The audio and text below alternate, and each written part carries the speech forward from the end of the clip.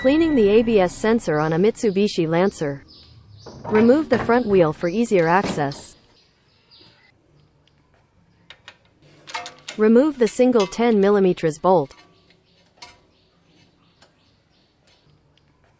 Pull the ABS sensor out.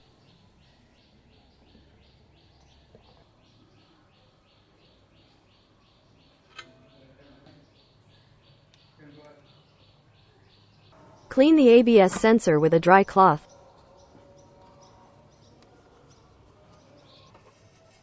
Clean the ABS sensor cavity as well.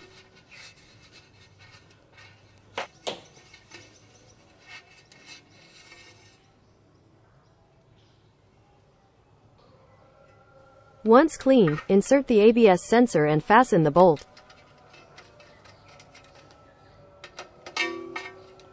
Repeat the steps for the other wheels.